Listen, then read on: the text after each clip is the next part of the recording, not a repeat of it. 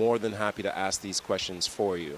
So, first and foremost, I want to go ahead and just give a couple of questions to the couple here.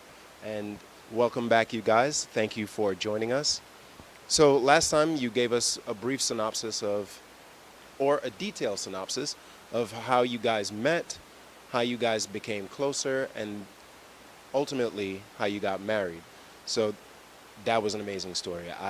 And there was some questions there, right, that you guys had to kind of circumvent and give some answers to. So one of the things I want to say, or I want to ask, is as a new married couple, now that you're married, how do you weave two lives together, two separate lives together, and what does that look like in the beginning? You know, for me, it was, for me, I felt like the transition initially was smooth. Um, the way that I can say for me being the man is you have to be more conscious of living within a home with someone else, a little bit more mindful. One of the things that was pivotal was the domestication. That was when you begin to leave and to cleave, and then the two of you become one, then it's learning how to live with this other person where they feel comfortable and not just you. And so you have to change some habits, you have to change spending habits, you have to do um, a lot of shedding of your single self. Because a lot of times we think that we're fine and we think that we're okay because there's actually no one else in the house with you to be like, what is wrong with you? you know, there's no one there questioning why do you do that? And what tends to happen is you have to be able to receive criticism without feeling like you're being attacked, and that is very difficult if you're not used to that, or if you're stubborn, or if it feels like it's too much or too consistent. And it may sound like it's complaining, but no, this is, you are becoming one, and so you have to shed those things that interfere with that. Just to piggyback off of what Jay was saying, the transition was smooth. We really are friends. So there's not too much that we had issues with. So moving together, initially the transition was very smooth. I had already owned a home. And for my husband, he was like, oh, bet she already owns a home. So I'm just going to move on in. It's going to be great. I'm going to pick out different patterns and change colors in the room. And I was like, no. Because Because for me, living in that house for so long, because initially I never wanted to, be a homeowner before I had a husband. I always had this timeline of, I'm going to graduate college, I'm going to date somebody, I'm going to get married, we're going to get the house and then get the kids. But I was a homeowner before I became a wife. And so for me, the transition of, oh, wait, no, he actually lives here now. Like I can't have everything my way. And this is no longer just my house. Like even in dating, my mom would tell me, hey, stop saying my when it comes to that house. We were just dating, but she was preparing me to, even in my mind, in my speech, to say our house, or while we were dating was the house. So it's not my house, it's the house. And then when we get married, it's our house. So that I can realize that, like Jay said, no one's there to check you when you're by yourself on, hey, you're kind of nitpicking on that, or is that really a big deal? And so making sure that we're both comfortable was important, and that came with conversation. Yeah, I think when you're converting one person's space into a two-person space, it can definitely present challenges, and some of the challenges are, they're minor, but then there are greater challenges that you have to face whenever it comes down to kind of putting two together. So one of the things that I've always wondered, right, is, you know now, because it's your place, right, and now you're inviting someone else into your space and you're sharing it as our place. Um, how much of a compromise was it to give up control? And what did that control look like for you as a man, knowing that you like to do things a specific way? Well, I didn't have a specific way. I'm so yeah. She can go So first. he didn't have a specific way, Way and too that was hard. my issue. It's like you you don't have a way to do this. So then when I'm telling you like, hey, since you don't have a way, here's my way, and my way is great. But for him to feel like, okay, well, I don't have a specific way, but your way seems like a lot. I don't think I want to do it that way. So then that's where a lot of the conflict came. I remember, our first year of marriage was a struggle for me where it was great for him, and he'll tell you more about that. Year two was where I was like, okay, I'm getting a groove, where he was like, oh man, like I really have to do this. And we'll talk a little bit more about that later. But I remember calling friends, that, again, be mindful of who you talk to. I remember calling friends that I knew cared about like the couple, like me and my husband. And I would complain to them about the stuff that I knew was the dumbest thing ever, but it was really aggravating because, again, you're talking about two people trying to live as one daily. It was a struggle. And I had a friend that said, do you want to die on this hill? And I said, what? She was like, tell me, how happy do you want your marriage to be? And I had to, within myself, realize, okay, what really needs to be addressed and what things is just Teresa trying to have her way.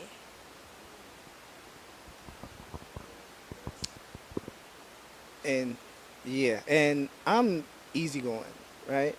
And so it's not a problem to me until it's a problem to me. And which that was one of the things that led to some conflict that we had, because I was just like, well, it's not really a big deal. It's not, that's not a big deal. That's not a big deal. That's not a big deal. 3 weeks go by. It's a big deal now.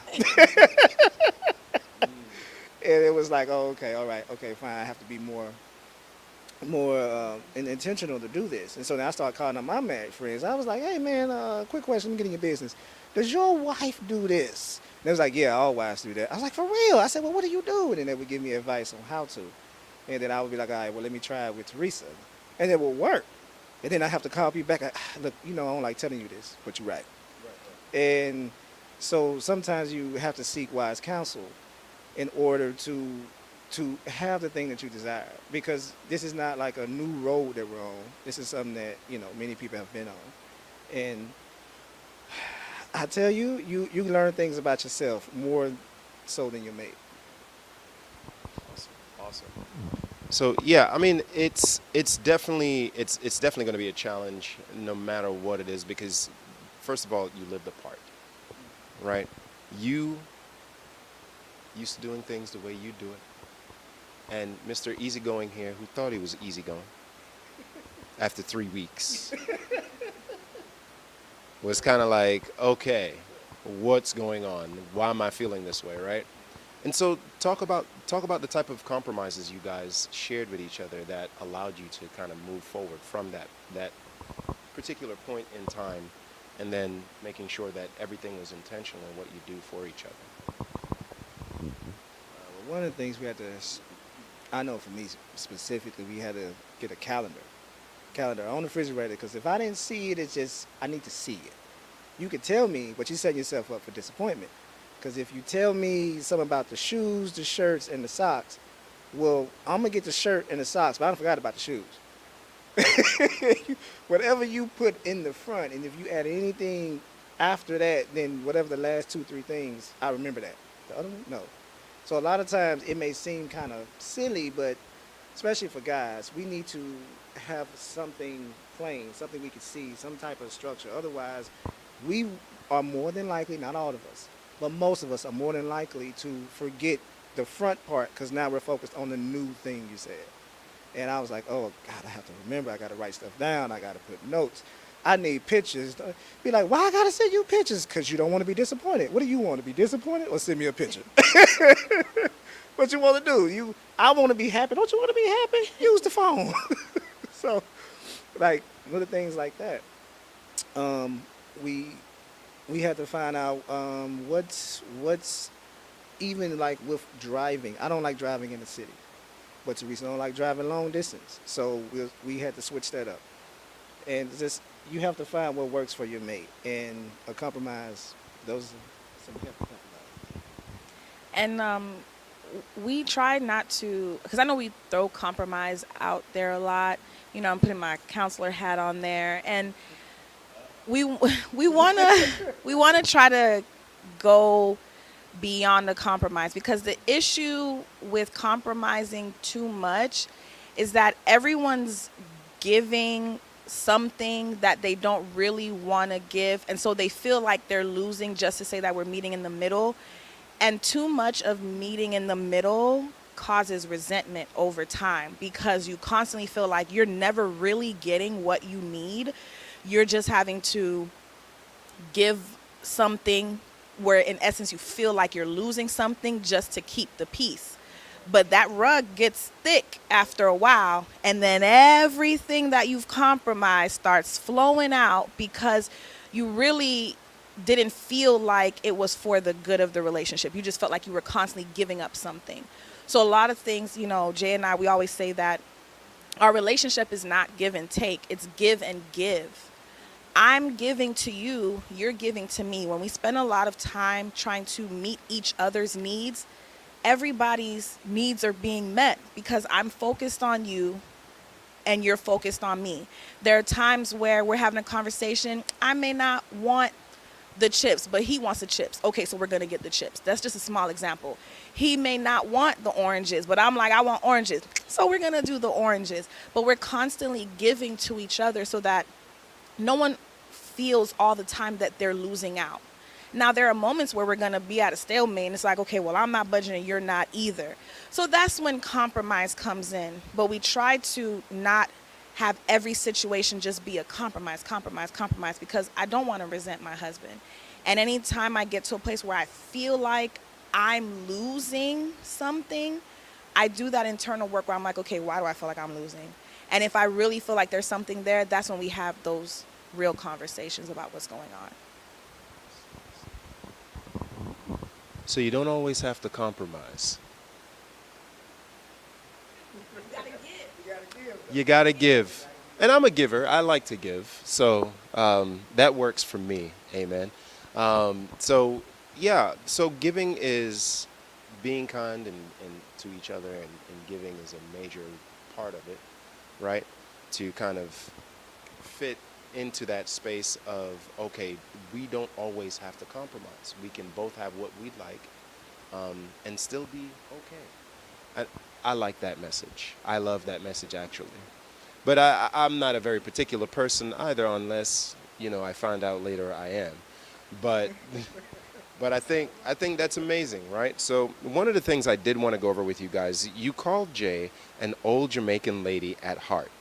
How did you prepare for cultural differences, right? And were they as you expected?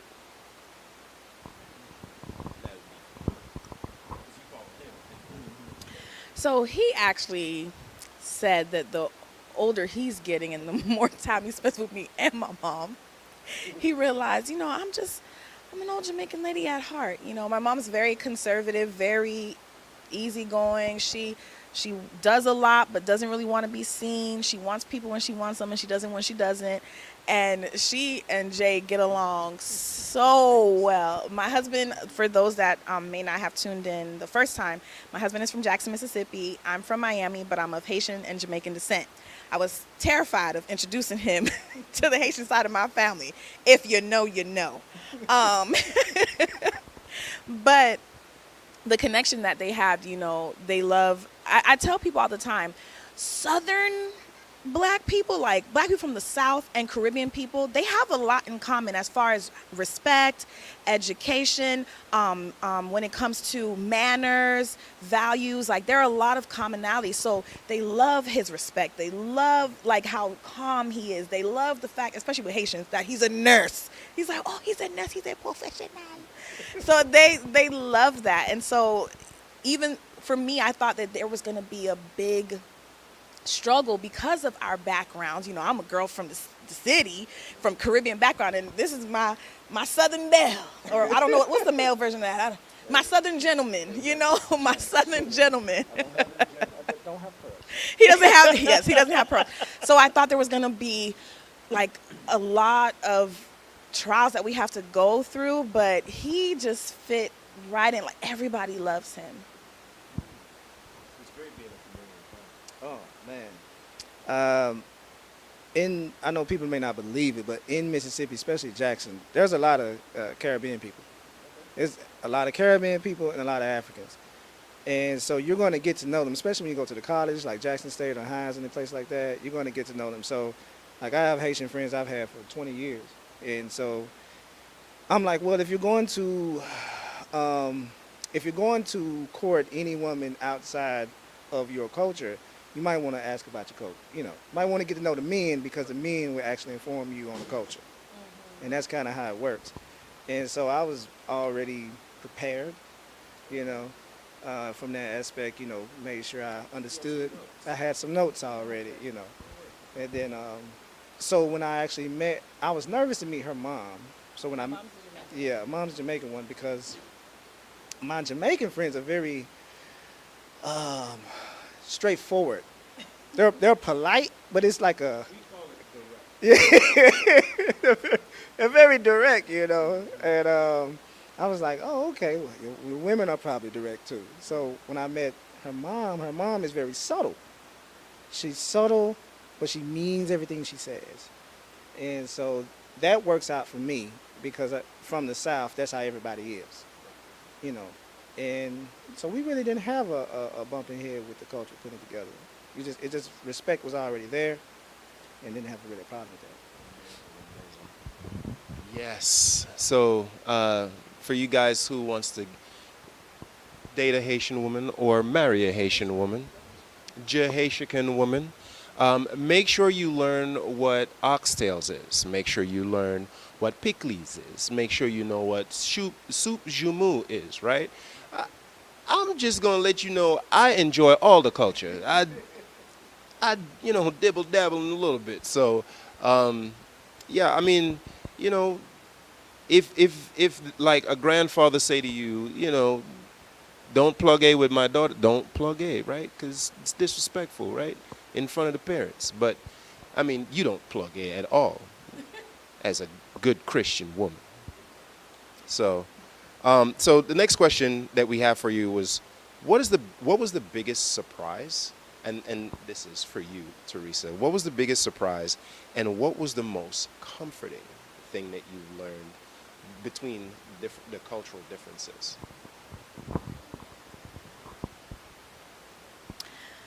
The biggest surprise, how well he fit with my family. Like, you know, again, if you know, you know. Haitians, yeah, I love my people. They can, Black American, oh no, no. You don't bring the Black American here. Like, you know, I was afraid. Like, with my mom, as long as he was loving and respectful and cared about me, she didn't care where he was going to be coming from, as long as the value and his character was there. You know, and I know, you know, my Haitian side, I felt the same way too, but I was worried about the cultural piece. And so the surprise for me was just how well everyone accepted him, because who he is as a person transcended culture. So it didn't really matter, you know, where he was from, but just who he is as a person is who they fell in love with, you know. But again, from my great aunt, she's like Big Mama. She was like, oh, she just loved that he was clean cut and professional, no dreads, no that. And I'm like, okay, auntie, Americans are beyond what you see on First 48. But, you know, she's older. So I'm just saying, you know, sometimes those stereotypes stick. So the biggest surprise for me was just how well he fit. Because I remember when we first started talking and I heard his voice for the first time, I said to myself, oh, no. I don't think this is going to work. I don't think I'm your kind of black. And when I told my mom the conversation, she said, you said that to him? Because I dealt with so much growing up where people told me that I wasn't black enough because of, you know, you name it. They had a list of what black was. You know, if you were in hood, if you ran barefoot in the street, if if your parents were American, if you knew what certain movies and languages where then you're black, but if you sound how I sound, then you're not black, or your parents aren't from here, you're not black. So when I heard him, and that's just Miami people, I'm like, we're talking about from the South. Oh no, I'm not about to have your mama tell me I'm not black enough. So that was our very first conversation, which was on blackness and how it would work between the two of us. So I did want to go ahead and I want to bring it back a little bit to, so the Bible says to become one flesh. What did you have to give up in order for your marriage to work? I know we touched on this a little bit, but this is a direct question. Let's see what happens.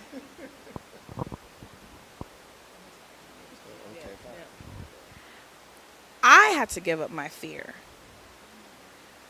I was terrified the entire time we were dating. For those who don't know, he was my first relationship, my first boyfriend. I met him when I was 29. We got married, like we got engaged after a year. I got married at 31. I did not know what I was doing. So I was afraid. You know, anytime we had an argument, I was just like, oh my God, is this the end? Is this how people break up? Like, is this, you know, people had to tell me. I spent my whole life avoiding conflict, you know, so people had to tell me that conflict is normal and it's necessary. I had to give up my fear of, am I good enough? Will I be able to sustain this relationship? Will I be strong enough to not complain? Will I know how to pick my battles? Will he stick around? And God was like, wait a minute, you see that cord that you tied on your wedding day? You see there's 3 of them, right? I'm what's keeping you all together. I'm who's there. So you don't have to lean on your own understanding. You need to lean on me. So I had to give up a lot of my fears, a lot of my preconceived notions on what marriage is going to look like. Because, you know, growing up, I saw a lot of things. So it's like, how do I pave my own way with this person who is different from me, who loves me, but I'm still learning myself. How do I learn myself and be a wife and learn that too? So fear was a big thing that I had to give up in order to get this far. Mine was pride because I'm performance based, and so I had to learn how not to keep grading myself every day with my wife. Like, okay, am I doing this right? Am I performing this right? Is this getting the best results? You know, God forbid I made a mistake. I would feel terrible. I feel guilty. I'm like, oh my Lord, I'm supposed to be the head of my house. I'm making this error. Like, you know, then what if it affects my wife? What if it affects our family? Those type of things. Because I didn't want to make a mistake that would hurt her. I would be fine, but I didn't want to do anything that would hurt her. And so what I was doing a lot of times was I was taking the place of God within myself and then thinking that, well, that's a good husband. And God was like, no, you have to lean on me and not your own understanding. This is how you do this, and this is how you do that. Because, you know, when all you know is what you know, then that's what you do. Right. So then I had to keep learning, you know, from different people, read different books, go to different, you know, seminars, go to different marriage couple retreats to just learn different and then apply that and then get away from the ego and the pride part of like, okay, I'm human, I'm allowed to not get this right the first time. You know, it's not an excuse, it is a process. And so that was one of the biggest things for me, was to stop grading myself in my own marriage. Yeah. Fellas, you know what it is. You know what it is. If we can't puff up our chests, it's a problem. But God said in marriage, you got to lean on me and not your own understanding. The man said it just then. You're never going to have a better grade than God. Why? Because he created everything.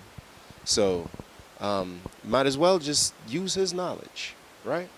So that's a great message. I like that. I think it's something that is hard for us to do sometimes because we're Mr. Fix It, you know.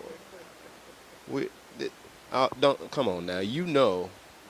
We're always trying because we want to be Mr. Fix It, and sometimes we have to let go of that pride, and just trust.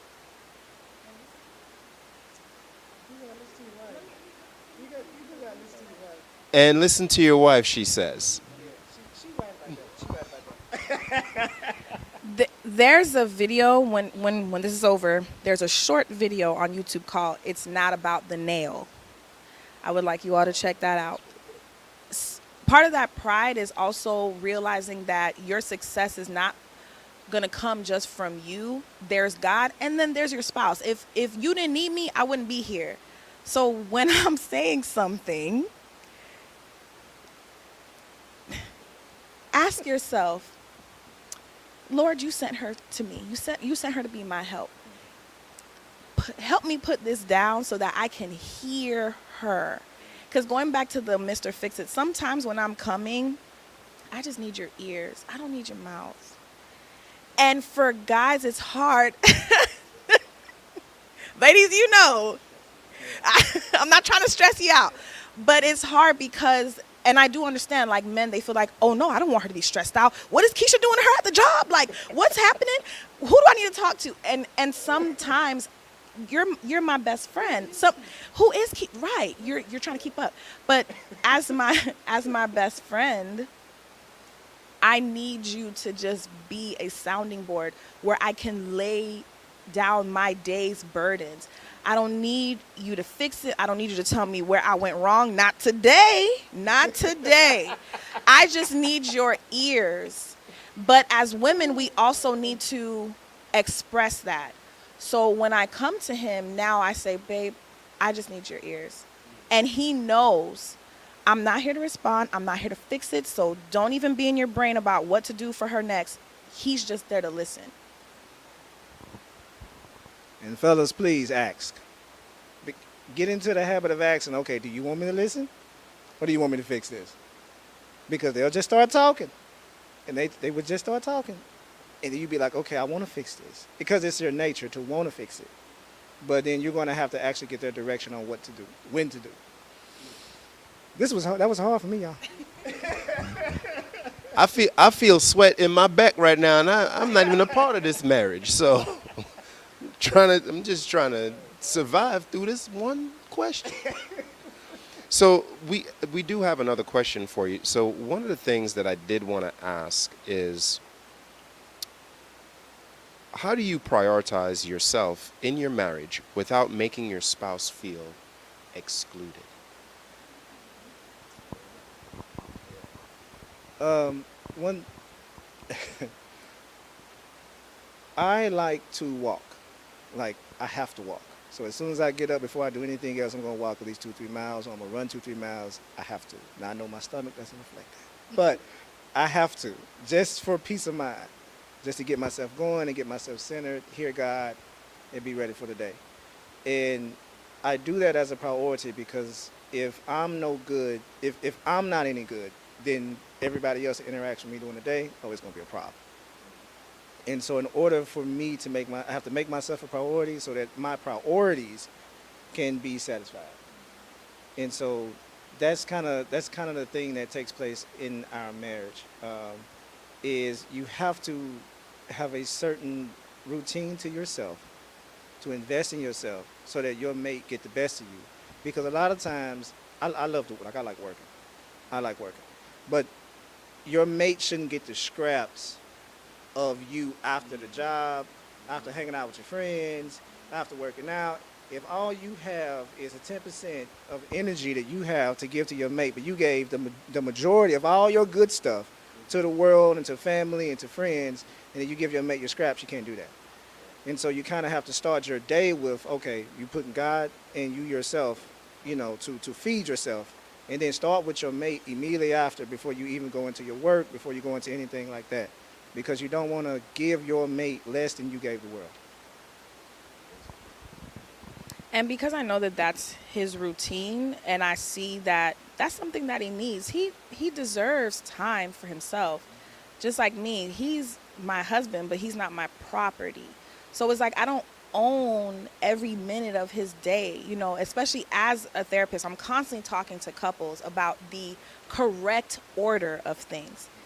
God, me, spouse, them, and the them is the kids, and everybody else, right? So it's God, me, him, them, and then everybody else. When you put it in that order, you're able to give of yourself properly. Because if I'm already starting on E, giving to everybody else, I'm not giving my best because I'm already drained. I haven't filled my cup yet before filling everybody else. So when he goes for his runs or when I have my quiet time, it's not, no, we don't feel slighted because we make sure that we are a priority in each other's lives. So we have weekly date days. We do check-ins on Sabbath where we tap into each other's days. We have moments where we're just hanging out and we're talking.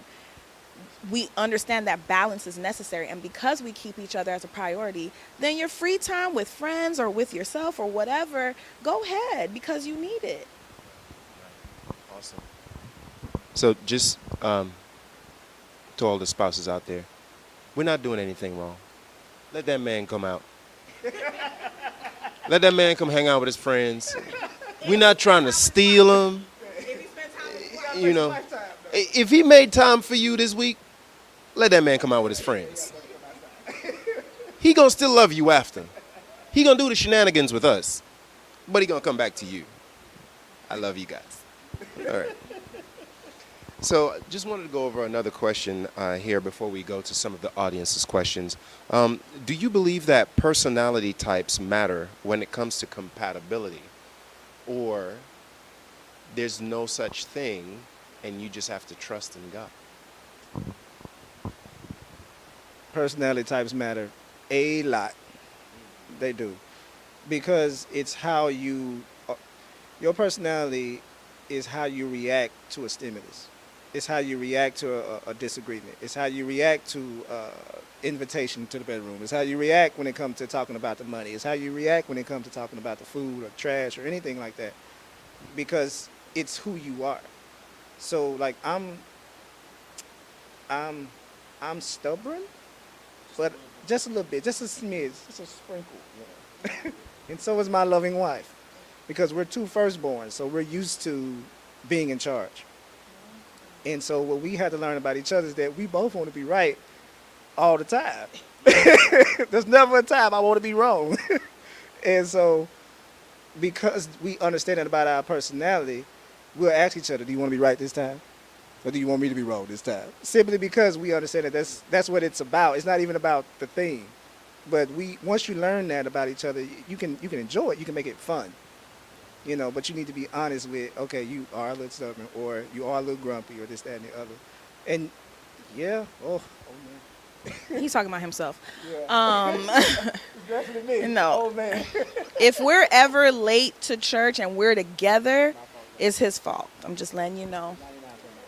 It's his fault. Yes, I said it. So I agree with him, and then I also have a little caveat. So here it is.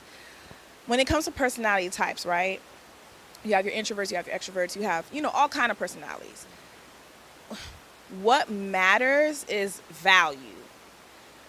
I wouldn't put a lot on personality types because when we're together, my husband always says, I'm happy to be the wife. Yes, I'm Teresa's husband. Yep. Oh, are you Teresa? Yep, I'm the husband. Yep. And he will sit in the back and be posted up while I'm like, hey, everybody, what's going on? And we're good like that. When I say, like, he's my mom, like, when the three of us are together, I'm like, hey, do you guys want to go? They both are like, nah. And him and my mom will stay if we're visiting her, him and my mom will stay at the house doing nothing while I'm out visiting cousins and whoever, just out here. Our values, one, attraction is important, but our values are aligned. Our spiritual values, our emotional values, our educational values, our sexual values, all of those things are in line. So even though our personalities may not be the same, because I couldn't imagine being with a guy that's just like me. We both would be lost at the party. Like, have you seen my husband? Where is he at? I'm ready to go. Like, he's still talking. Like, I can't imagine, like, another one of me. No. But there are similarities that we have in our personalities. So I will say personality is important to an extent, but the values is what keeps a relationship going. And I can definitely see that. I get in my way sometimes. So I definitely agree with what you say. Like I always think that values come first. Um, if we don't have the same values, there's gonna be at some point those values are gonna come out. And when the wrong value come out, I'm be like,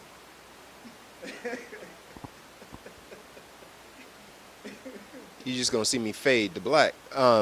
So it's very important to have like values. So good one, good one. So I have another question here. It says, how has spiritual discernment contributed to your marriage in terms of how to pray and what to pray for? Example, spiritual warfare or normal prayers. Have you been have you been able to identify spiritual rooted issues? Example, generational curses versus a natural issue. That's a deep Well, marriage is actually um, something in my family that was like a generational issue. Getting married, staying married. You know, um, children by one woman, that type of stuff, and having the discipline and the character to know how to and when to, who to marry, and not just marry someone just out of straight physical attraction and nothing else, and find out a year later then divorce. So, in order, the way discernment has helped me, and I can say us in our marriage, is allowing us to operate in a level of honesty and openness about anything that we think or face or that we see or have any type of problems. One thing that I've seen in marriages is that a lot of people really can't talk to their mate about anything. Like you really can't have conversations about anything and everything because it may offend the other person, the fact that it even entered into your head. And so having a discernment to be able, like, okay, what we have established is that we're going to be able to talk about anything and everything, you know, at all times, so that the enemy can't use anything in secret to come against us. He can't use anything in darkness to come against us. I actually know what's going on with you. You actually know what's going on with me. There's nothing hidden. And so that is, from my perspective, for us, that is what has helped us, been always being open and have everything in the light so that there is nothing to come from the darkness forward. He said it perfectly. Being able to talk about everything. I trust my husband. It's not my job to police him, but I trust God and I trust my husband. And we've created a relationship where we could literally talk about struggles, thoughts, fears, random things that when people hear, they're like, "You're able to talk to him about that? He said that to you?" But for us, it's like, who else is he gonna talk to? I'm his, like, of course he has friends, but we also are here to keep each other accountable. So because we understand spiritual warfare, we understand principalities and all of those things, there's no room to be offended, but we become each other's safe space.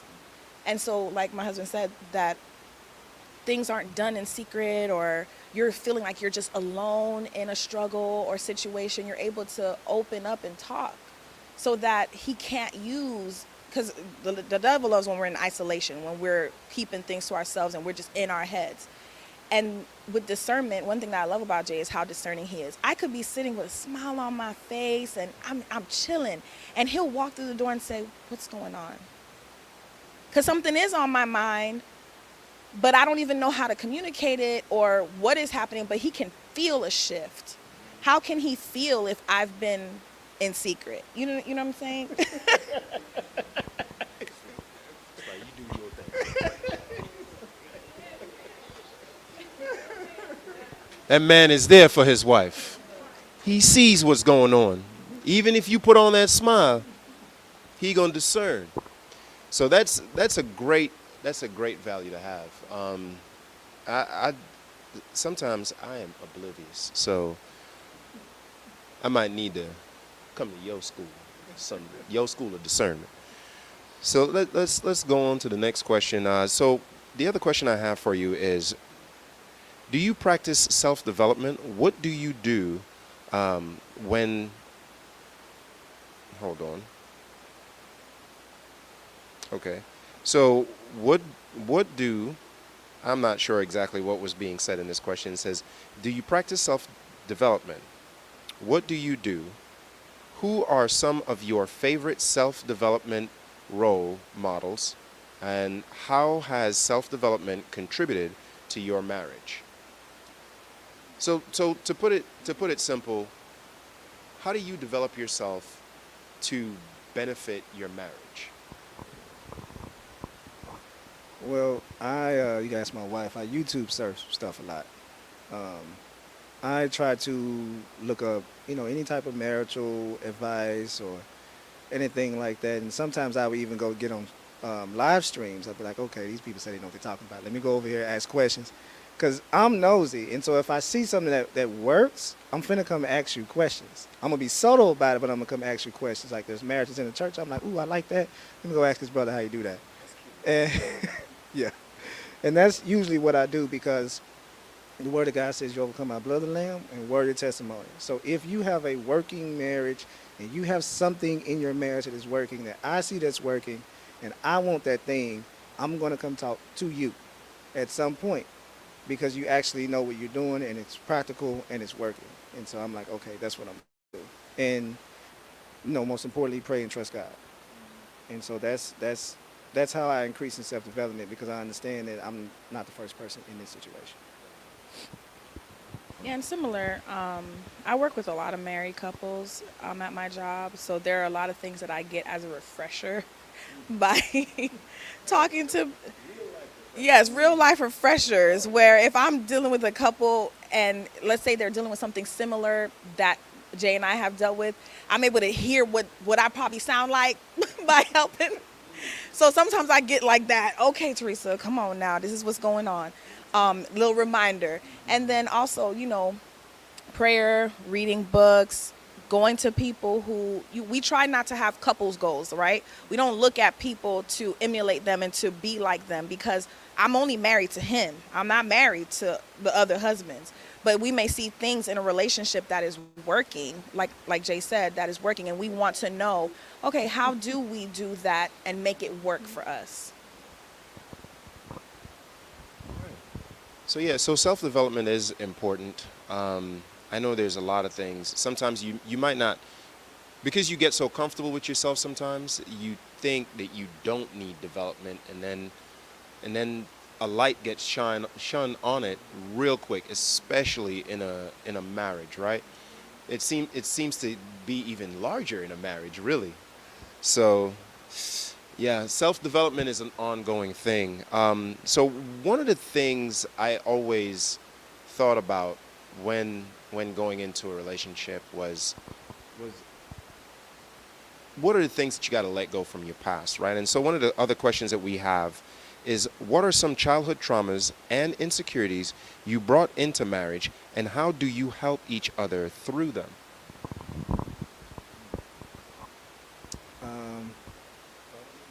Mine was a mix between abandonment and performance. If I perform good enough, you won't leave. If I do a good job, you'll stay. Or it was all about, my insecurity was all about earning. I had to earn it. If I did not earn it, I had no peace about it. It didn't matter what it was. I had to earn the food you cooked. I had to earn the love making you gave. I had to earn it. And if I did not earn it, I felt like I stole something. And that will bother me. So one day Teresa was like, babe, you deserve it and stuff. And I was like, girl, go lie to somebody else. And she was like, no, I love you. I was like, what? Then I would have to go to God and be like, God. I'm like, God, she lying. And he was like, no, she's not. And it's because that was, in the South, you earn. You earn. They drill that into you, trust me. But God doesn't work off that. And neither does, the woman he blessed you with will work off that either. There will be grace and mercy. There will be because of who you are, not because of what you do. And so we work through that. That was I had to constantly remind him that he was a person and not a product. That I wasn't looking for him to perform to get anything from me. Whatever I gave him freely because I love you. I remember in the chat. Come on, y'all. y'all a mess. You know that? I remember. I remember when we were here last, there was someone that asked, I can't remember the exact question, but they were like, how did you get to a place where you just respected him like that and told him like, hey, you're not a product, you're a person. Like, how did you get to a place, how did you learn to care about his feelings? I think that's what the question was. I didn't have to learn to care about his feelings. I feel like, isn't the golden rule, treat others the way you want to be treated? So doesn't that extend to my spouse? Like if our mission as Christians is to show love, right? That's the whole thing, right? Love. Why do I need to learn to care about his feelings? I should care about his feelings because I'm a Christian first, I'm me next, and then I'm his wife third. So no one needed to tell me, oh, you should respect your husband and you should care about his feelings. He should be able to be vulnerable with you. No, I'm supposed to love him because we're also helping each other get to heaven, right? Like we're there to minister to each other in our marriage. So nobody needed to teach me how to care about his feelings. Like what? Should not care about his feelings. So I just wanted to answer. I don't know if the person is still out there listening, but nobody had to teach me. Care about your man's feelings, please.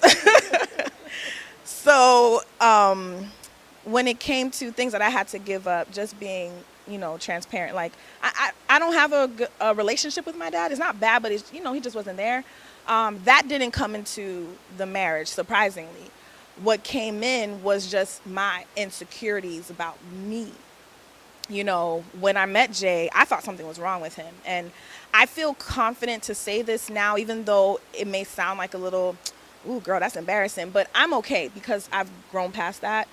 But I thought that he was desperate. Like, I hadn't met anybody before. Nobody was coming, to holler at me. And here come this man saying, oh, my God, you're beautiful and you're wonderful. And I'm like, what's wrong with him? Like, that was the thought that I had because in my mind, the general consensus has not been Teresa's, everything. Like, dudes will come and say, oh, my God, you're so great. I love your personality. I can talk to you. But then they're over here with the girl that they can't talk to. So it's like, what's going on?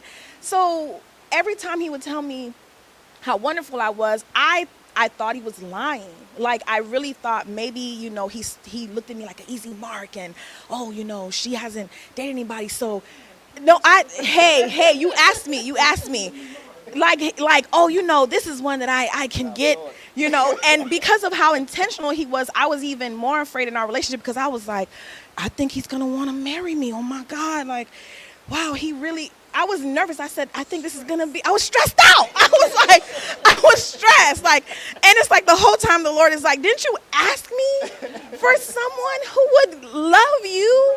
And now, like when he moved, I was like, no, this can't happen. Not right now. Like, I don't know what's going on.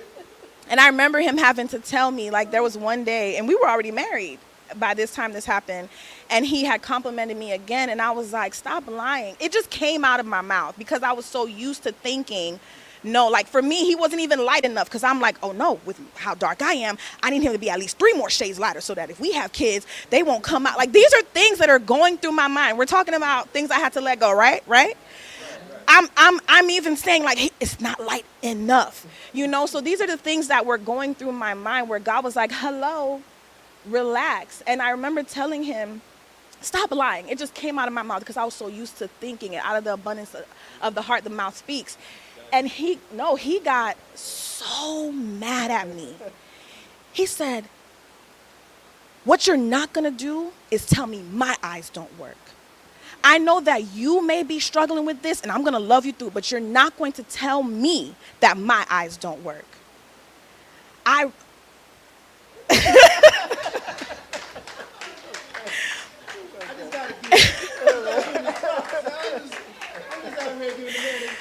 So, needless to say, I did ruin dinner that night. But I learned, don't you let the Lord fix your insecurity, but what you're not going to do is ever say that to your husband again. That's what I learned that night. And so I had to give up what I thought about myself, what I felt about myself, how I viewed myself, and worked on fixing my own eyes instead of trying to correct his. And, for my own personal thing, I just have a quick PSA to all the chocolate babies out there. All you chocolate babies out there, we love you. I have a chocolate fixation. So, y'all ain't got to worry about a thing. You hear me? Not a thing. Don't even worry about it. We out here. We see you. And we gonna greet you. Just know. Let me get back to these questions before. We still in the church, ain't we? Hold on. Let me get to these questions. All right. So I heard somewhere that post-pandemic, the number of Americans with anxiety doubled. Is this correct, T? That's for you, right? Can you define anxiety for those who don't know? What are some fears you had and lies you told yourself about marriage? How do you combat them as individuals, or how do you combat them as individuals and collectively? So anxiety, yeah, when it came to the pandemic, things did double because for a lot of people that was their first time coming very close to death.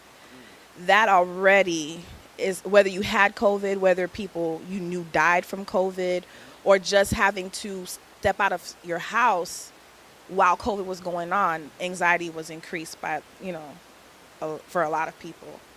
Anxiety is an irrational fear that can cause panic. It can also lead to depression. Some people deal with agoraphobia where they don't even want to come outside their house. So a lot of people, they found themselves staying inside, would not step outside their house, especially with COVID. But it's an exaggerated fear. And exaggerated is the operative word, because though the fear may have some basis in reality, it's still exaggerated.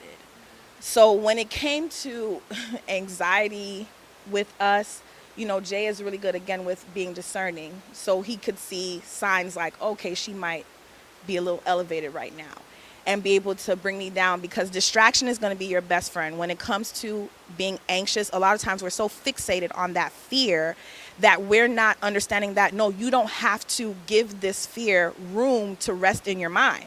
You can think about something else. And a lot of times people are like, well, I can't think about anything else. Well, you're going to have to. Whether it's grounding, whether it's praying, whether it's shouting out, Lord, please get this fear away from me, whether it's thinking about bunnies, I don't care what you have to do. Think about something else to train your brain to not be fixated on that exaggerated fear. Our bodies change, just like how we talk about, our taste buds change after every 5 years or so. Your fears can also change. I ended up, taste buds do change. Like, I used to hate olives, but now I put them on everything, except for cereal. But but even your fears can change. Things that you weren't afraid of before, all of a sudden you're afraid of them now. And it's very hard to pinpoint the trigger, that initial trigger that caused this new fear. When we were dating, I realized that I'm claustrophobic. And it came out of nowhere. We were literally on a ride, a regular fair ride. We weren't even going to be going up high in the sky. As soon as the guy locked me in that seat, I started freaking out. And I'm calling my husband. I'm like, babe, get the guy. Get the guy. Like, I don't even know what's happening within myself. And he's looking at me like, what is her problem? She'll be all right. She'll just calm down and she'll be okay. And I'm looking at him like, save me. What are you doing? I'm about to lose it. So Look, I needed something. I had to call the guy myself, and Jay had to just ride that ride by himself, just all around, just because there was that fear, that exaggerated fear that I was feeling trapped. So when that initial trigger happens, sometimes it's hard to pinpoint because you think it's a one-off. You're like, oh, okay, that was weird. It's never happened before, but it was a one-off. That's what I thought. I thought it was a one-off. I was like, you never told me you had problems with space. You know, tight spaces. You never been to jail. That's something you ain't telling me. You wait a minute now. You told me you been a good girl this whole time, and now you hollered, "Help! I'm locked up." I was like, she just tripping. She just scared right now. She get over it. I was like, wow. I called her mama. I was like, hey, this had to start somewhere.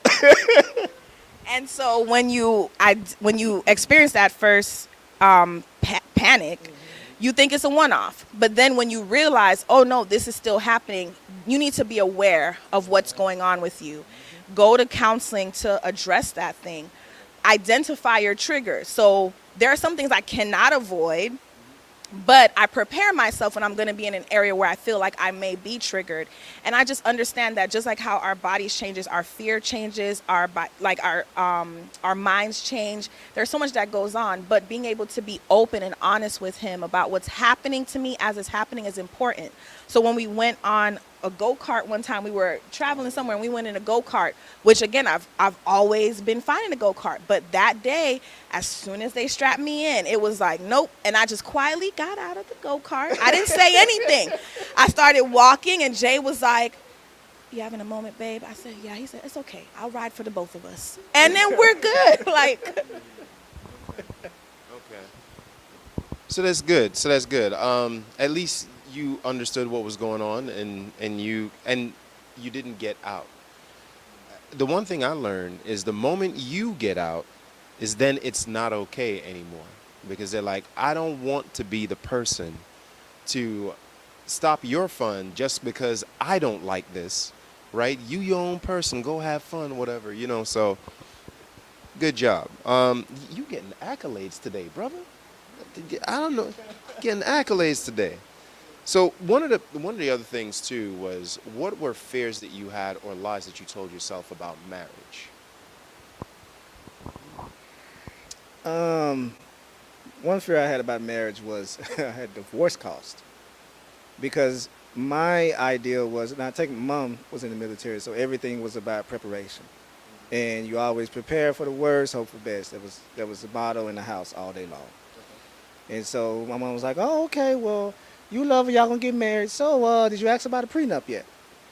And that was one, yeah. And I was like, "No, mom, I haven't asked about a prenup yet." She said, "Well, ask her and see what she say." And I did. And I asked, I said, "So, Teresa, listen, about a prenup. So, would you be willing to sign one?" And she was like, "Yeah, I'm the one that coming with a house. Sure, I'll sign one."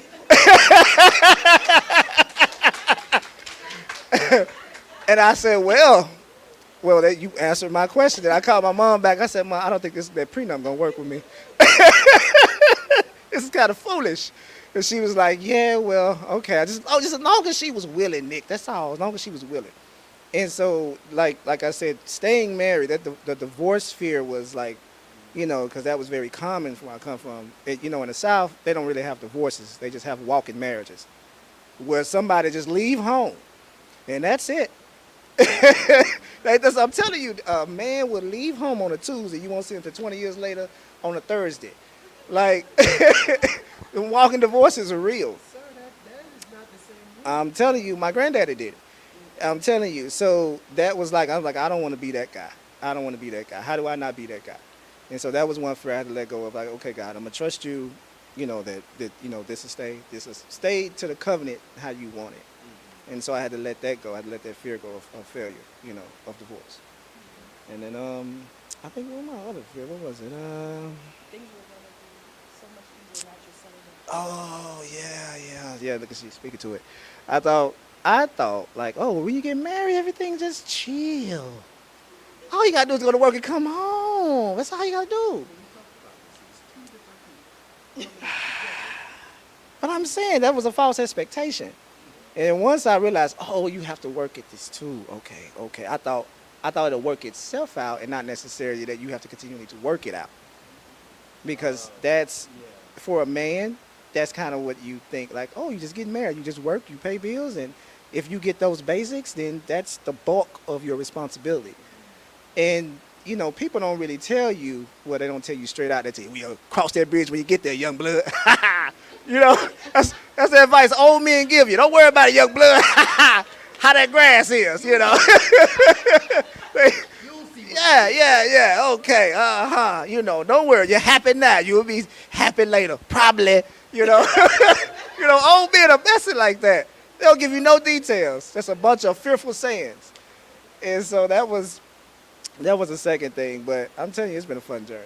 It's been a fun journey. So one book that we read, our friend invited us to a marriage Bible study at her church, and then we also did it one time at Patmos. The book is called Renovating Your Marriage Room by Room. We love that book. We recommend it to everybody. We read it as we were dating, and we were the only dating couple in the group of married people, but I felt like in everything in our lives, we prepare for it before we get to it. So I don't just start off teaching. I have to go to school and do internships and then become a teacher and get my license. And there's a lot of preparation. We don't just send you off to war. You got to go through basic training and all these different things. So, but why is it that we just wait till people get married and then it's like, okay, now let's talk to you about marriage and let's help you understand conflict and let's help you communicate. We got to do that before we get there so that we can see, are we using these skills? Will it work for us? There are some things you're going to have to just iron out when you get there, but there are other things that you can do, and we didn't have to wait till we were married to do them. So we went to everybody's workshop. We were sitting in everybody's conference, and they were like, how long y'all been married? Not yet, but thanks for having us. We had certificates and everything, just smiling. But Do I sound right? Right. They're like, they're such a great couple. But with Renovating Your Marriage Room by Room, the first chapter is the wrong foundation. So the author lists a lot of the misconceptions of marriage that people have. So some of the ones that are off the top of my head is that I don't have to make any adjustments in my marriage. A lot of people feel like, no, you know who I am, I know who you are, we're good. I don't have to, what you mean, hang out with your friends? Who's coming in town? I got to clean? No. So we don't have to make any adjustments. And that's false. You do have to make adjustments. Another one of the myths was I can change my spouse. You don't change anybody. So for those that are like, oh, well, they're doing these things now and I don't like it, but when we get married, it'll change. No, it won't. People make adjustments for those that they love, but if there are certain things that are toxic or impeding progress in your relationship, it's not going to change because now you've signed on the dotted line. Another myth that we saw was, oh, my spouse should extend goodness to me so I don't have to be appreciative for what they should be doing anyway. So a lot of people feel like, well, that's his job to check the gas, and that's his job to do all these, or that's her job to cook and clean, but I also work full time, but you don't have to say thank you. That doesn't happen here, but I'm telling you the stuff that I hear, the stuff that we hear, but thank you goes a long way. Even though these are things that we do for each other, there are times where he will literally stop me in the middle and say, babe, thank you so much for getting my uniforms together. Thank you so much. And in the moment, I'm like, oh, wow. You're not doing things hoping that they'll notice, but it feels good to know that they notice and that they appreciate it and not, oh, we're supposed to do that anyway. I don't have to tell you thank you. But one of the myths that's also in the chapter that I had believed at one point was that marriage would take away loneliness. Everything that is wrong with me will be fixed because now I got a man, y'all. Somebody loves me, everything's good. My insecurities will go away. My confidence is going to boost. No. No, because what was ever broken in you, that is only for God to fix. So there are things that your spouse, will help you improve on because we're here to, iron sharpens iron. We're here to grow together. But there are other things that you have to lean on God to fix because it's not your spouse's job to fix that.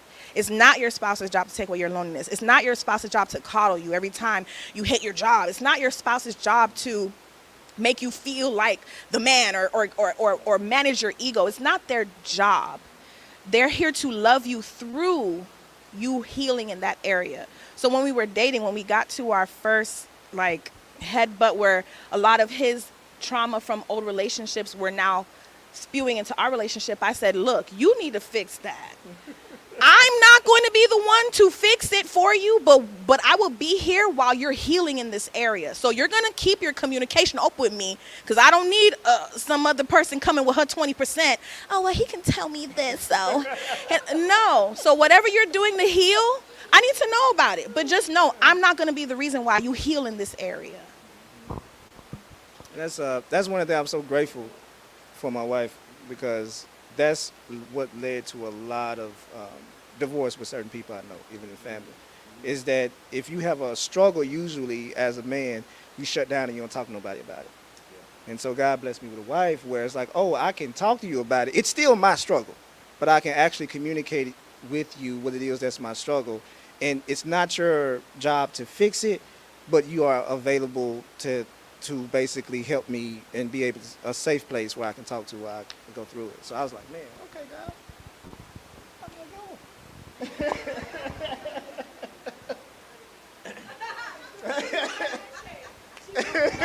Where's my oh, my hand. That's what I see you though. I was about to give you your props though. And this is why God gives you a helper. If you didn't know. She ain't gonna fix it, but she gonna point it out. And you gonna have to work on it. Make sure you involve God, because it ain't gonna work if you don't involve him. But I know there are things about me, right? I know there's little nuances, is what I call them. Nuances. I know there's little nuances about me that I had to kind of just say, you know what, I don't need that, right? And even though there's that one side of my brain that's like, what you gonna let that go for? That's us. You're not gonna? No, I'm not taking you with me. You want to know why? Because God sent me something. God sent me something, and when he sent it, he said, all right, you put yourself out there. I'm giving it to you. Now, she's been my daughter all this time. Now you need to step up. And the only way you're going to be able to do it is through me. So, sometimes you just got to let go. It's hard, but you got to let go. Right. So, speaking of let go. So one of the questions I have for you, so how are you able to, and this is for you, Jay, how are you able to start seeing yourself as a person rather than a product in your marriage? Well, I remember when I was in nursing school, I was frustrated. I think it was close towards the end. I was frustrated. I was not doing good in this class, and I was, seeing myself as a person, not a product of a little bit. But I was like, babe, oh my God, I hate this class so much. Like, I got to repent for the thoughts about this class, Jesus. Like, I'm just angry and upset. And Teresa, she came to me, she held my hand, she said, baby, even if you have to do this over again, I'm going to be with you still. And I was like, oh, God, she loved me for real. What did I even do with all this love? And it was more so, and it helped me even more like solidify, okay, this woman sees me as her husband, as a person, and I'm not performing anymore. Oh, wow, okay, I can let this go now. Because sometimes that was a process for me. It wasn't just something that just because we got, started courting and got married, within the marriage it died. And so I could say that was the death knell to that mind and that heart and that spirit that I had of the earning. And like, oh, wow, this is a person. Because I'm not, regardless of what the results are of this thing, she said she going to ride with me anyway. She said she's going to ride with me anyway. So I was like, wow, okay. So I can let this go now, Jesus. And from that day forth, I let it go in its entirety. So, yeah. Awesome. Woo, he tried to jerk a tear out of me. But the devil is a lie. And I'm going to hold it together for you guys. So, as it relates to perpetual problems in your marriage, we going to really go there? Perpetual? Okay. As it relates to perpetual problems in your marriage, how do you utilize your village or support system? Yes. We have great people around us. I will say I've been blessed for the most part in my life to have great people around me. And those that were not for me, and even as an individual, even as a single person, just in our friendship, God always found a way for them to not be around anymore, right? Weed out those that are just not for you. I wanted that whoever I was with, that my friends would also look at him as friend. So my friends became our friends. His friends became our friends, not because we forced it, but because we fostered such a community where we all could just feel comfortable and feel loved by one another. So I just want to give a shout out to our community. We love y'all. Friends, family. We have people who truly love us for real. So when it came to perpetual problems, I will say I am guilty of, if it's something that we are constantly having an issue with, I am guilty of not using my community. I will get to a place where I don't, because I literally will walk through my mind, okay, before I call somebody, I'm like, okay, when was the last time I called her and said something good about Jay? Like, was that recent? Was it not recent? Because in my mind, I don't ever want that anytime people hear about our relationship is when I'm frustrated today.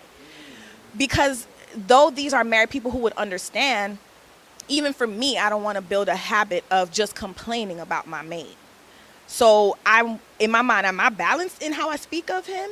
And if not, then I'm kind of sitting in it with myself. But one thing I love about Jay is that if it's something that we have yet to resolve, he'll say, hey, who did you talk to? Not because he wants to know who you're telling our business to, but he knows that me sitting in my emotions is a problem sometimes. And I need to lean on those who are even my accountability to help me and help us. So using our community is so important, where I go not to just complain, but to seek guidance. There's a difference. Am I calling her just so I can vent about the dishes, or am I calling to say, help me? I'm trying to figure this out. When I had when I was in counseling, I would bring up situations with my own counselor, and she gave me some great tools and things that I could use, coming home. It was very important that I don't just sit in my frustration, because again, the devil loves to play around and be like, didn't you say that to him already?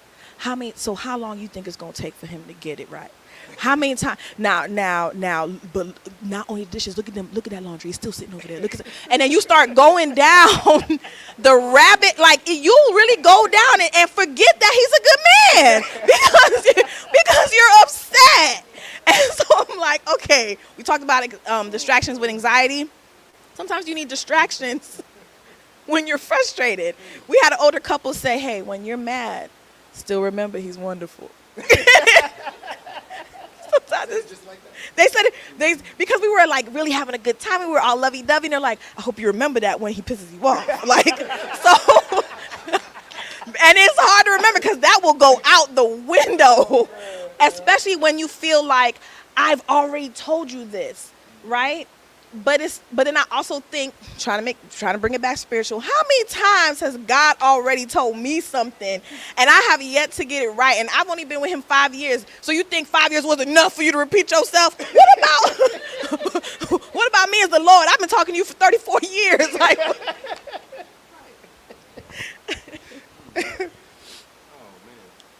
I'll do the same. I use our community. I'm always talking highly about Teresa, and then my community, they're all on Teresa's side. So, so Teresa is never wrong. It's more so like, all right, what you do? It was like, but no, I'm saying this time it wasn't me. It's like, all right, well, prove it wasn't you. Well, this is that, this is that. And so I could be right for like 2 points out of the 5, and they'll be like, all right, you're right with this one and that one. But go say you sorry and then try that one. And I'm like, ah. So my community kind of, they got Teresa back. She can do no wrong, which does help because you have to remember that your mate is y'all against the problem and not necessarily the person. And as long as you keep that mentality like, oh, it's us against the problem, even if the problem is me sometimes, I gotta still go, okay, let me see how we can fix it. And yeah, she did say this. All right, yeah, she did say that a week ago. Yeah, I gotta write that down. I gotta put that in the phone. I gotta try. Okay, fine, I'll try. And so that it works. It works. Your community, you need a community to stay in covenant. There was one time we found ourselves in the middle of an argument.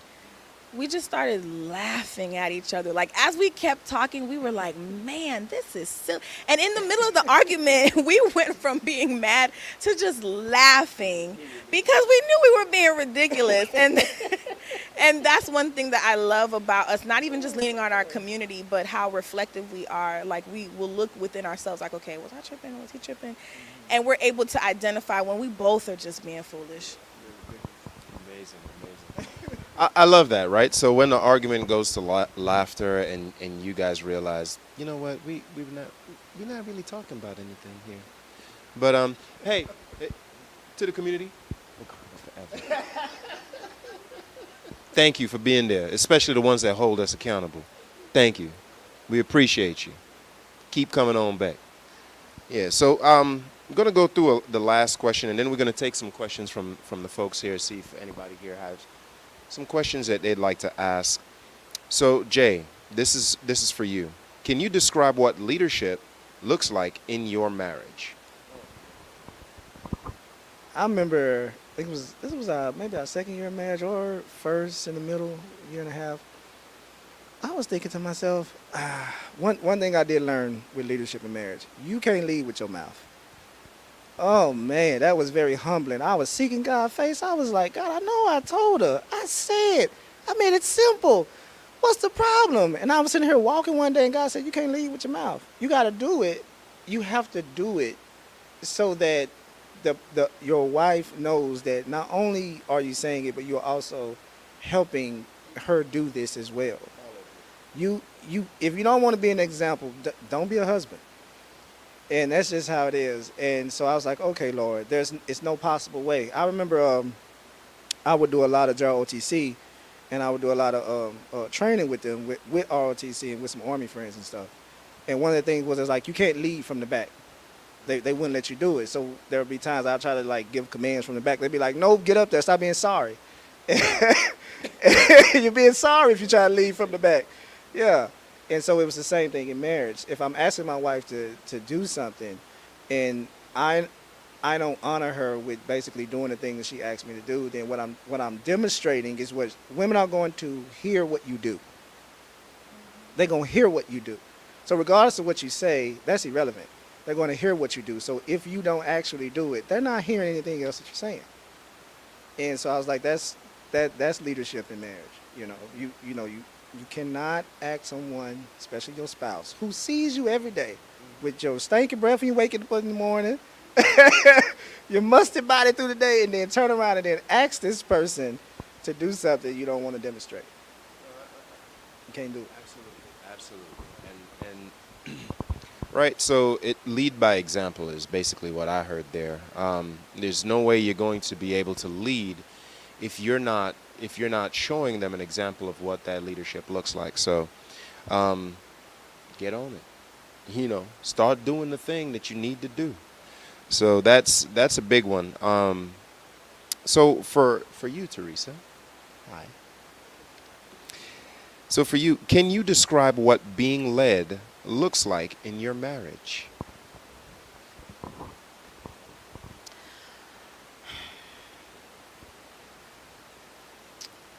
I have to, in order for me to be led, I have to remind myself that it's not all about me.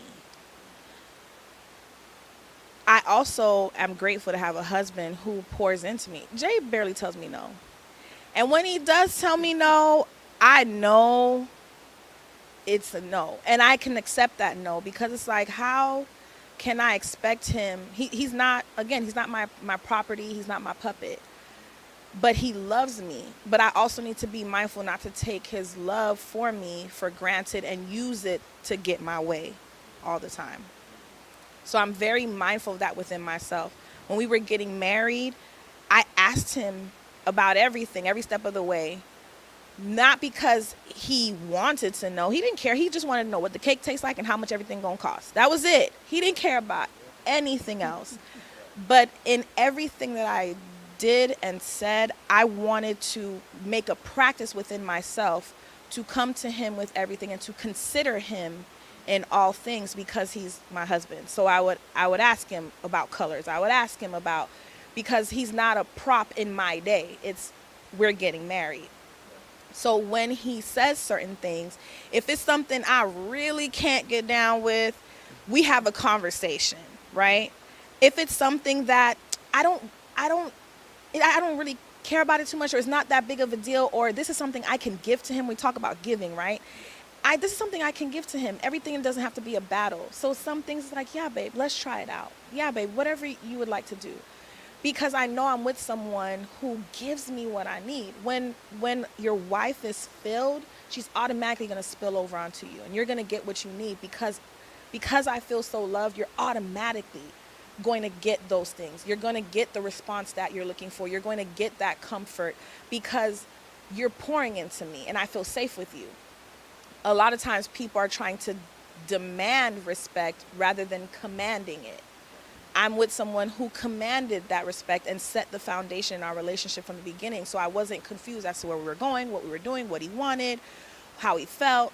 But I also had to remind myself, hey, it's not all about you. So sometimes just say yes. But if it's something that, maybe he's being a little ridiculous, or you need to step in on your helpmeet and kind of guide, then, hey, babe, let's talk about this. Like, let's have a conversation. Just, a little bit. Because someone made it perfectly. They said, men are A to Z, right? I'm starting here. I know I want to end here. Here's the vision. Women are A through Z. Okay, you got letters in between this, all right? Like, how are we getting there? Like, right. So sometimes I need to A through Z him. And then some days his A to Z is enough. And I'm like, okay, babe. But I'm with someone who I respect, who I love, and who I trust. So it's easy for me to just say yes. Just say yes. Well, I have to agree with that. You guys might need to start your own couples retreat. That's based on all the things that we've heard today. So yeah, I mean, I think that's awesome that you allow him that space, right? Because sometimes if you don't give that space, how would you ever know? How would you ever know if he's able to, right? So I appreciate you. I see you. All right. So what do you love the most about each other?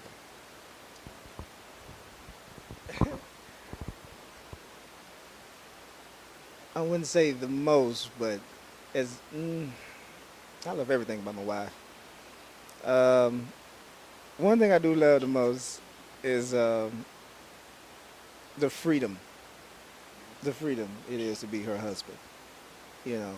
I know a lot of married couples, and a lot of men can't just be their full selves with their wives. And so the way I get to be my full self, my geeky self, nerdy self, old man self, grumpy self, happy self, childlike self, dumb self sometimes, just, I get to be my full self, spiritual self. That to me it's a blessing, Because I, I never wanted to have to parcel my being just to be with somebody. And so in Teresa, I get to be able to, with this type of marriage that God blessed me with, this type of spouse that God blessed me with, I get to be my full self. So that's why I love Oh. There's like he said, I can't pinpoint one thing that I love most about him. Like he's wonderful. I could not have chosen somebody better, which is why I had to let God do it, because my picking was my pick. If you know, you know, but don't tell my business out there. My picking was something else. It was something else. But when we talk about being our full selves, like this may sound cliche, but like he really is my best friend. Like my bestie may be listening. I love you too. But cause but we can laugh with each other. We can laugh at each other and not in a way that is abusive or demeaning.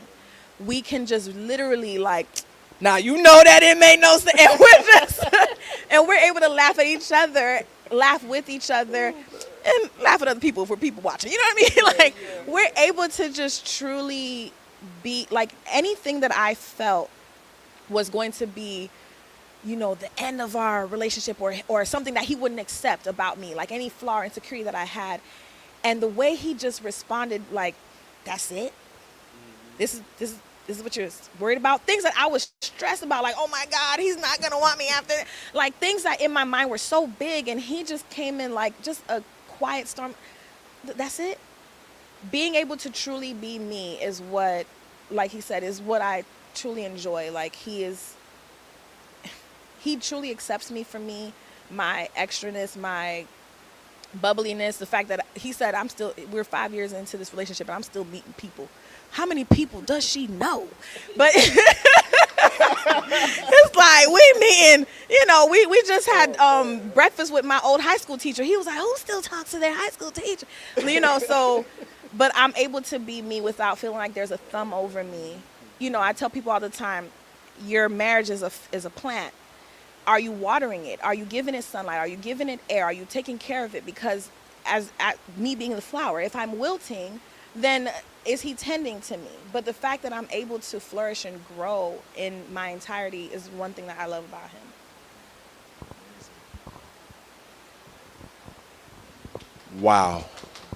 Wow. So, just as a last word, sometimes it's not all about what you want. Sometimes it's not all about what your spouse wants. But make sure you keep God in the center, because he will keep you connected. Right? 3 strands at all times. Like 3 points of contact, 3 strands at all times. Right? So keep God in the center, and you guys will have better days. And love is important. Love your wife. Respect your husband. Right? These are the things that you have to get in your mind prior to even entering into a marriage. Because you may be single now, but we need to have knowledge of what we're going to do once we get into a marriage, once we meet the person that we want to be with, right? Once God presents them to us and we decide that, you know what, God, thank you. I am going to take this leap. And you take that leap, and you have to know that you're going to have to take God with you. You can't, not just because God gave it to you, then you don't take him with you. He's the lifelong chaperone, so to speak. Right? So that's the best way to do it. But we may have questions from the audience. Are we taking questions from the audience? Well, I have to say I enjoyed this. Thank you guys for coming, Jeremy, Teresa. This has been an eye-opener in certain areas for myself. Y'all might get something completely different, but I know my eyes is open. And my ears, because sometimes we don't need, this. We just need this. Right. Right. So my ears is wide open, and then I gotta lean on faith. Right. So I did some learning today. You learned me. You know what I'm saying? Learned me real quick. And I'd like to thank you guys for watching out there in YouTube world. Thank you for being on Facebook Live. We are going to do this again. And we'd like to thank you guys for joining us. Let's say a word of prayer, and then we can exit stage left. Let's all bow our heads. Heavenly Father, I'd like to thank you once again for giving us this day our daily bread. Thank you for providing us with the opportunity to be able to come to an event such as this and gain your word through the couples that we have here, Teresa and Jeremy, for them to be open enough to provide us with valuable information that can feed into our relationships. Father, I ask that you continue to watch over this couple and please be a light for them. Please continue to show them the way so that they may show others, be a leader to others, be a light to others. Father, I ask that you be a light to all and everyone who watched today, that they may find their rib, that they may find the person that they need to be with, the one that accepts them for them and grow along with them. Father, I ask you these things humbly through your Son, Jesus Christ's name.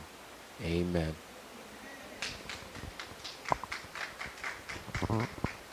Bye, everybody.